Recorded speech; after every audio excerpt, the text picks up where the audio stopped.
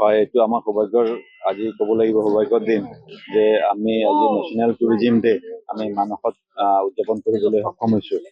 আৰু মানসৰ কাষৰ গাঁও এইটো গোলাগাঁও, এই গোলাগাঁওটো আমি টুৰিজিম ডিপাৰ্টমেণ্টে এডপ্ট কৰিছো।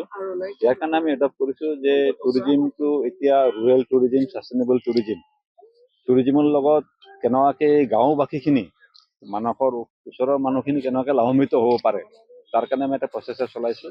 আৰু এই প্ৰচেষ্টাৰ জৰিয়তে আমি এই গাঁওখনক ডেভেলপমেণ্ট বা টুৰিষ্ট যাতে আমাৰ গাঁওখনত ফুৰিব আহিব পাৰে আৰু আহি কিনে যাতে ইয়াৰে বিভিন্ন ধৰণৰ আমাৰ সাজ পোছাক আছে, আমাৰ হেণ্ডিক্ৰাফ্ট আছে, আমাৰ খাদ্য, আমাৰ এথেনিক খাদ্য আছে, আৰু গাঁওখন এটা মিক্স কমিউনিটি ভিলেজ হয়। তো এই গাঁওখনক বিভিন্ন ধৰণে আমি কেনেকুৱাকে ডেভেলপ কৰোঁ আৰু এই মানুহখিনি কেনেকুৱাকে আৰ্থিকভাৱে আমি টুৰিজিমৰ জৰিয়তে আমি তেওঁলোকক টনিয়াল কৰিব পাৰোঁ, তাৰ কাৰণে ব্যৱস্থা নিওঁ। মানসক লৈ নতুন পৰিকল্পনা কি আছে? মানসত ইতিমধ্যে যেতিয়া আমাৰ ৱৰ্ল্ড টুৰিজিম ডেৰ দিনাখন জয়ন্ত মল্ল ডাঙৰীয়া মন্ত্ৰী আহিছিলে, তেখেতে এটা ঘোষণা কৰিছিলে যে মানস যিহেতু আজিৰ পৰা 10 বছৰ আগতে 12 মাহে খোলা থাকিছিলে, আমাৰ ৰেইনি ছিজন বুলি মানসত নাথাকে। তো আমিও এইটো প্ৰচেষ্টা কৰি আছো। এতিয়া আমাৰ নতুন টুৰিজিম মিনিষ্টাৰ ৰঞ্জিত দা হ'ল, তো যিহেতু তেখেতে এইটো জাগাৰে মানুহ হয়, এইটো আমি চেষ্টা কৰিম যাতে বাৰিষা সময়তো আমাৰ টুৰিষ্ট ফ্ল'টো যাতে আমাৰ ইয়াতে আহে আৰু যাতে মানসত আমি যাব পৰা যায়, তো এইটো ব্যৱস্থা কৰিছো। আৰু মানসত এতিয়া ৰাফটিং খুব ধুনীয়া, আমাৰ মথানগুৰিৰ পৰা বাঁশবাৰীলৈকে ৰাফটিঙৰ ব্যৱস্থা কৰা আছে। তো তেনেকুৱাকে আমি এড কৰি গৈ আছো। আগন্তুক দিনত আমাৰ এই মানসৰ ফুটফল যিটো আছে, ইতিমধ্যে আমাৰ 23% যোৱা বছৰতকৈ বাঢ়িছে। তো আমি ভাবো আগন্তুক দিনত আৰু তাতকৈ বেছি ফুটফল বাঢ়িব। মানাহত এখন চৰকাৰীভাৱে ৰিজৰ্ট আছে, কিন্তু সিফালেও বন্ধ হৈ থাকে। আমাৰ টুৰিজিম ডিপাৰ্টমেণ্টৰ এখন ৰিচৰ্ট বনোৱা হৈছিলে বহুত আগতে, তাৰপিছত বহু বছৰ তেনেকুৱা পৰি থাকিলে। মই ডিপাৰ্টমেণ্টৰ চাৰ্জ লোৱাৰ পিছত, আমাৰ CSD ডিপাৰ্টমেণ্টৰ চাৰ্জ লোৱাৰ পিছত আমি সেই ৰিচৰ্টটো আকৌ আমি পুনৰ আৰম্ভ কৰিম। ইতিমধ্যে আমাৰ কনষ্ট্ৰাকশ্যন কমপ্লিট হৈছে, আমাৰ খালি ফাৰ্নিচাৰখিনি সোমাবলৈ আছে। উইদিন 1 মান্থ আমি এই লজটো আমি আকৌ আৰম্ভ কৰিম। কি হৈ আছিলে আচলতে, কি কাৰণত বন্ধ হৈ থাকিব লগা আছে? গভৰ্ণমেণ্টে সেইটো সময়ত তেতিয়া BPF চৰকাৰ আছিলে, তেওঁলোকে আধা পইচা দিছে, আধা পইচা দিয়া নাই, তেনেকুৱাকে বস্তুটো কমপ্লিট হৈ নুঠিলে। তো আমি এইবাৰ কমপ্লিট কৰি উঠাইছো। এতিয়া আমি আৰম্ভ কৰি দিম এইবাৰৰ পৰা। হয়, এইটো আমাৰ সৌভাগ্যৰ আজি ক'ব লাগিব সৌভাগ্যৰ দিন যে আমি আজি নেশ্যনেল টুৰিজিম ডে আমি মানসত উদযাপন কৰিবলৈ সক্ষম হৈছো।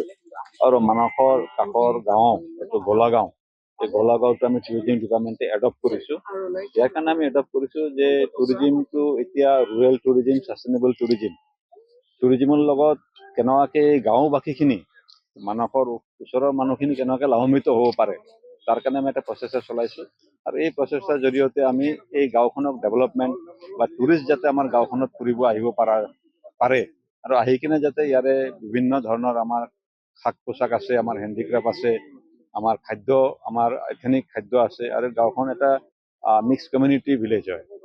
তো এই গাঁওখনক বিভিন্ন ধৰণে আমি কেনেকুৱাকে ডেভেলপ কৰোঁ আৰু এই মানুহখিনি কেনেকুৱাকে আৰ্থিকভাৱে আমি টুৰিজিমৰ জৰিয়তে আমি তেওঁলোকক টনিয়াল কৰিব পাৰোঁ, তাৰ কাৰণে ব্যৱস্থা নিওঁ। মানসক লৈ নতুন পৰিকল্পনা কি আছে? মানসত ইতিমধ্যে যেতিয়া আমাৰ ৱৰ্ল্ড টুৰিজিম ডেৰ দিনাখন জয়ন্ত মল্ল ডাঙৰীয়া মন্ত্ৰী আহিছিলে, তেখেতে এটা ঘোষণা কৰিছিলে যে মানস যিহেতু আজিৰ পৰা 10 বছৰ আগতে 12 মাহে খোলা থাকিছিলে, আমাৰ ৰেইনি ছিজন বুলি মানসত নাথাকে। তো আমিও এইটো প্ৰচেষ্টা কৰি আছো। এতিয়া আমাৰ নতুন টুৰিজিম মিনিষ্টাৰ ৰঞ্জিত দা হ'ল, তো যিহেতু তেখেতে এইটো জাগাৰে মানুহ হয়, এইটো আমি চেষ্টা কৰিম যাতে বাৰিষা সময়তো আমাৰ টুৰিষ্ট ফ্ল'টো যাতে আমাৰ ইয়াতে আহে আৰু যাতে মানসত আমি যাব পৰা যায়, তো এইটো ব্যৱস্থা কৰিছো। আৰু মানসত এতিয়া ৰাফটিং খুব ধুনীয়া, আমাৰ মথানগুৰিৰ পৰা বাঁশবাৰীলৈকে ৰাফটিঙৰ ব্যৱস্থা কৰা আছে। তো তেনেকুৱাকে আমি এড কৰি গৈ আছো। আগন্তুক দিনত আমাৰ এই মানসৰ ফুটফল যিটো আছে, ইতিমধ্যে আমাৰ 23% যোৱা বছৰতকৈ বাঢ়িছে। তো আমি ভাবো আগন্তুক দিনত আৰু তাতকৈ বেছি ফুটফল বাঢ়িব। মানাহত এখন চৰকাৰীভাৱে ৰিজৰ্ট আছে, কিন্তু সিফালেও বন্ধ হৈ থাকে।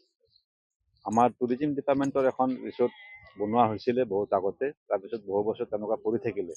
মই ডিপাৰ্টমেণ্টৰ চাৰ্জ লোৱাৰ পিছত, আমাৰ CSD ডিপাৰ্টমেণ্টৰ চাৰ্জ লোৱাৰ পিছত আমি সেই ৰিচৰ্টটো আকৌ আমি পুনৰ আৰম্ভ কৰিম। ইতিমধ্যে আমাৰ কনষ্ট্ৰাকশ্যন কমপ্লিট হৈছে, আমাৰ খালি ফাৰ্নিচাৰখিনি সোমাবলৈ আছে। উইদিন 1 মান্থ আমি এই লজটো আমি আকৌ আৰম্ভ কৰিম। কি হৈ আছিলে আচলতে, কি কাৰণত বন্ধ হৈ থাকিব লগা আছে? গভৰ্ণমেণ্টে সেইটো সময়ত তেতিয়া BPF চৰকাৰ আছিলে, তেওঁলোকে আধা পইচা দিছে, আধা পইচা দিয়া নাই, তেনেকুৱাকে বস্তুটো কমপ্লিট হৈ নুঠিলে। তো আমি এইবাৰ কমপ্লিট কৰি উঠাইছো। এতিয়া আমি আৰম্ভ কৰি দিম এইবাৰৰ পৰা। যিকোনো খবৰৰ বাবে যোগাযোগ কৰক 7099017330 লগতে 7099017110 নম্বৰত।